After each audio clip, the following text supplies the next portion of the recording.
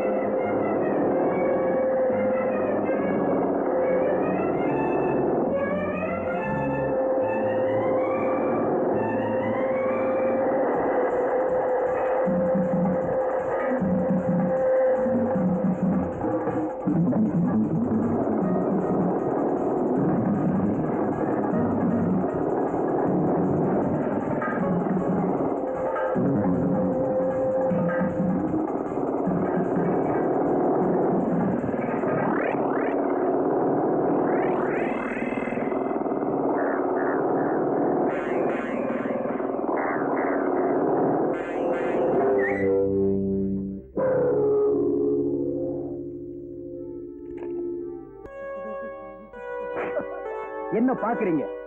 இந்த ஏரியாவில் இன்ஸ்பெக்டர் ராஜசேகர் இருக்கிற வரைக்கும் எவனும் எந்த தப்பும் செய்ய முடியாது. ராஸ்கல், நடங்கடா நடங்கடா.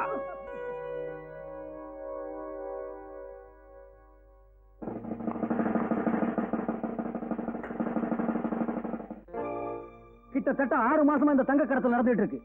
இது யாருடைய தயவுல, யாருடைய தைரியத்தில் நடந்துட்டு இருக்கணும்? இன்ஸ்பெக்டர், நீங்க இப்படி பொதுப்படையா குற்றம் சாட்டுறது இதனால நீங்க வாங்கின ரிவார்டுக்கு ஒண்ணு கலங்க வந்துடாது இன்ஸ்பெக்டர். இத பத்தி எனக்கு சில குழு கிடைச்சிருக்கு, அதனாலதான் நான் இப்படி கத்துறேன். அப்போ போலீஸ்காரங்களுக்கு கடத்தல்காரங்களுக்கு தொடர்பு இருக்கு நீங்க சொல்றீங்களா? தொடர்பு இல்லைன்னு நீங்க சொல்றீங்களா? I don't agree the statement.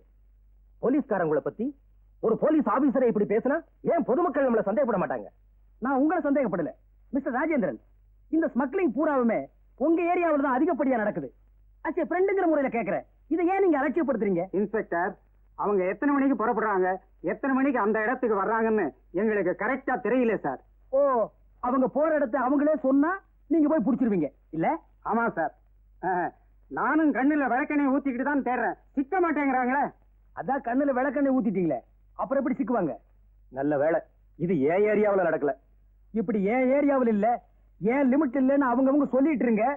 நாடு பூராவும் கடத்தல்காரங்க நிறைஞ்சு வழியட்டும்.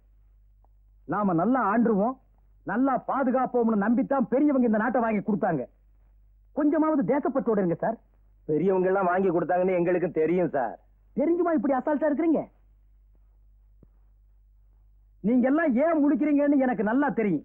நம்ம நாட்டு ஜனத்தொகையில கால்வாசி பேர் போலீஸ்காரங்களாவும் 3/4 பேர் கடத்தற்காரங்களாவும் இருக்காங்கன்னு நீங்க நினைக்கிறீங்க. இன்ஸ்பெக்டர், நீங்க இப்படி எங்களை குற்றம் சாட்டுறதை விட்டுட்டு நீங்களே அவங்களை பிடிச்சி ஏன் ரிவார்டு வாங்க கூடாது? ரிவார்டு வாங்குறதுக்கு மட்டும் இந்த காக்கி சட்டையை போடல சார், உண்மையா ஒர்க் பண்றதுக்கு. ஆல்ரைட், அவங்கள நான் தானே பிடிக்கணும். எப்படி பிடிக்கிறேன்னு பாருங்க. நல்ல காலம் பிறக்குது, நல்ல காலம் பிறக்குது. நாட்டை கெடுத்தவன் ஐயோன்னு போக போறான், வீட்டை கெடுத்தவன் வீணா போக போறான், குடிய கெடுத்தவன் குடிச்சே சாகுறான். ஜனங்களோட பொழப்ப கெடுத்தவன் பொழைக்காமலே போறான். ஏய் ஜக்கமா ஜக்கமா ஜக்கமா ஜக்கமா, நல்ல காலம் பிறக்குது. இந்த வீட்டு புண்ணியவதிக்கு பகவதி கிருவி இருக்கு. வீட்டுக்காரருக்கு உத்தியோக உயர்வு கிடைக்க போகுது. நல்ல காலம் பிறக்குது, நல்ல காலம் பிறக்குது, நல்ல காலம் பிறக்குது. ஐயாவுக்கு ஐஸ்வர்யம் வருது, ஐஸ்வர்யம் வருது. நல்ல காலம் பிறக்குது, நல்ல காலம் பிறக்குது. எப்படிப்பா கரெக்டா சொல்ற? நான் சொல்லல, ஜக்கமா சொல்றான், ஜக்கமா சொல்றான். ஆமா, அது எதுல வருது? கப்பல்ல வருது, ரொட்டியா வருது, பிஸ்கட்டா வருது, இப்ப ஜீப்பா வருது. ஜீப்பா வருது? ஜீப் வராம கப்பலாடா வருது, கப்பலா வரும், கப்பலாடா வரும்.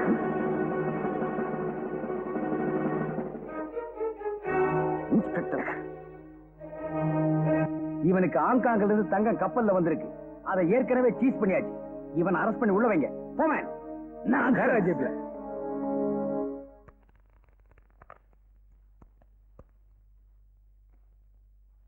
எவ்வளவு சார் வச்சுக்கலாம்? 25, 50, 100. எவ்வளவு வேணாலும் வச்சுக்கலாம். பாய் புதுசு போல இருக்கு. சில நேரத்துல 250, 300, 500 வரைக்கும் போகும் பாய். உங்களை அறிமுகப்படுத்தினாங்க. நீங்க என்ன பிசினஸ் செய்றீங்கன்னு கேட்க மறந்துட்டோம். லுங்கி பிசினஸ். லுங்கி பிசினஸா? வாங்கி விக்கிறீங்களா இல்ல சொந்த தயாரிப்பா? வாங்கித்தான் விக்கிறேன். அப்படியா? நமக்கும் அதுதான். வரீங்களா? கொஞ்சம் உள்ள போய் பேசுவோம். ஓ, பேசுவோமே. 20 ரூபாய் லுங்கி இருக்கு, 20,000 ரூபாய் லுங்கி இருக்கு. உங்களுக்கு எது வேணும்? என்னது லுங்கி 20,000? என்ன பாய், நம்ம பிசினஸ் பத்தி தெரிஞ்சுக்கிட்டே பேசுறீங்களே, சரக்க பாத்துட்டு சொல்லுங்க. எங்க காட்டுங்க, பாருங்க. இத பாருங்க.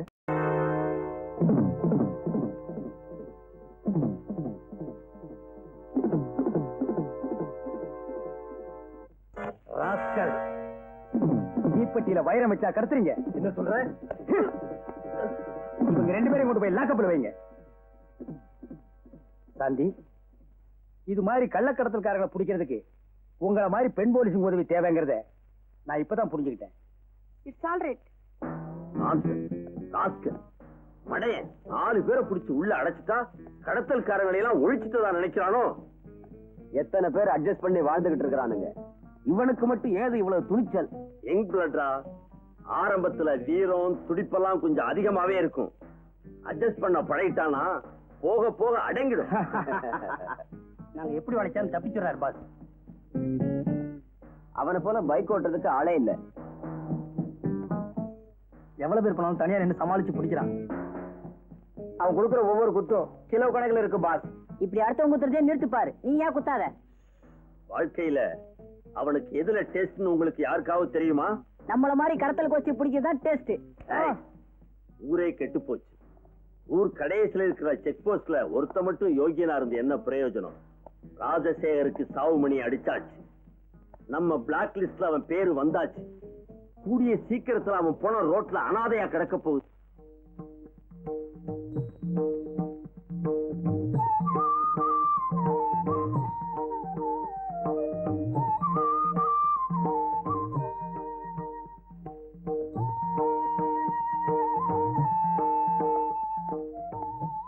லட்சுமி, லட்சுமி, என்னங்க? என்ன பூஜை பண்ணிட்டு வரியா? என்ன வேண்டிக்கிட்ட? என் புருஷன் திருடர்களையும் கொள்ளைக்காரர்களையும் உயிரை பணையம் வச்சு துரத்தி பிடிக்கிறாரு. அவருக்கு எந்த ஆபத்தும் வரக்கூடாதுன்னு ஆண்டவனை வேண்டிட்டியா? ஒன்ன மாதிரியே கடத்தல்காரன் பொண்டாட்டியும் என் புருஷனை போலீஸ் பிடிக்க கூடாதுன்னு வேண்டிக்கிட்டா அப்ப அந்த சாமி எல்லாம் என்ன செய்யும்? நம்ம நாட்டில் இருக்கிற ஒவ்வொரு பொண்ணும் புருஷனை காப்பாத்துங்கிறத விட்டுட்டு இந்தியாவை காப்பாத்துன்னு வேண்டிக்கிட்டா ஏதாவது ஒரு பொண்ணோட வாக்காவது பலிக்கு இந்தியாவும் நல்லா இருக்கும். நீங்க என்னதான் சொல்லுங்க, புருஷன் ஒரு ஆபத்தும் இல்லாம தப்பிச்சு வரணும்னு இந்திய பொண்ணுக்கு மட்டும் இல்லைங்க, உலகத்துல உள்ள எல்லா பொண்ணுங்களுக்கும் அதே எண்ணம் தான். இல்லன்னு எந்த பொண்ணையாவது சொல்ல சொல்லுங்க. அது சரி, நீ எந்த சாமி எல்லாம் கும்பிடுற? அட சொல்லுமா. சிவா, விஷ்ணு, முருகன். இவங்க எல்லாம் அசுரர்களோட சண்டை போட்டு அநியாயத்தை அழிச்சவங்க தான். இப்ப அசுரர்கள் எல்லாம் ஸ்மக்லரா மாறிட்டாங்க. நாங்கெல்லாம் தேவர்களா மாறி இவங்களை சண்டை போட்டு பிடிக்கிறோம். இப்படி கடவுளை கிண்டல் பண்ணிட்டு இருக்க நீங்க சதா தெய்வம் பூஜை புனஸ்காரம்னு இருக்கிற என்ன காதலிச்சு கல்யாணம் பண்ணிக்கிட்டீங்களே, அதான் அதிசயம்.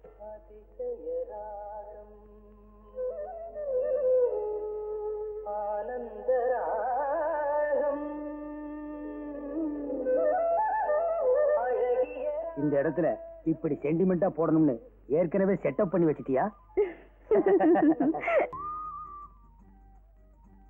என்னங்க ஒரு விஷயம். என்ன? இன்னைக்கு வெள்ளிக்கிழமை கருமாரியம்மன் கோயிலுக்கு போகணும். போயிட்டு வா. வீட்டுல இருந்தா உனக்கும் போர் அடிக்கும். அது நான் கோயிலுக்கு போறதுக்கு உங்க டிபார்ட்மெண்ட்ல இருந்து கொஞ்சம் ஜீப் அனுப்புறீங்களா? போலீஸ் ஜீப்பா? அது போலீஸ்காரன் டியூட்டிக்காக கொடுத்தது. போலீஸ்காரன் பொண்டாட்டி கோயிலுக்கு போறதுக்கு இல்ல. வேணா பணம் தரேன், டாக்ஸில போ. பெரிய பிகு பண்ணிக்கிறீங்களே.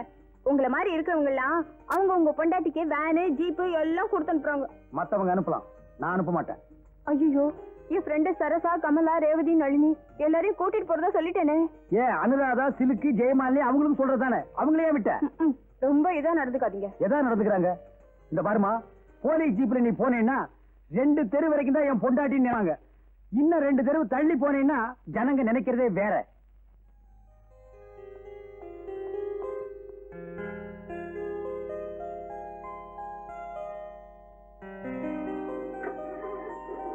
வர்றேன். நாடு பூரா பாம்பு வைக்கிற கலவரம் போதாதுன்னு இவன் வேற புதுசா கிளம்பியிருக்கான். சின்ன பையன் சார், அவன் பாம்பு வீசுறானா ஆச்சரியமா இருக்குது. பாம் சின்ன பையன் வெடிச்சாலும் வெடிக்கும், பெரிய ஆள் வெடிச்சாலும் வெடிக்கும். அதுக்கு வயசு வித்தியாசம் எல்லாம் கிடையாது. அதனால விஷயத்துக்கு வாங்க. அவன் பாம்பு வீசுறதெல்லாம் குறிப்பிட்ட சில பங்களாக்கெல்லாம் பார்த்து வீசுறான். பங்களாக்கு வீசுறானா? அவன் என்ன கொத்தனாரா? பங்களா கட்டின கூலிய பாம்பு போட்டு வசூல் பண்றானா?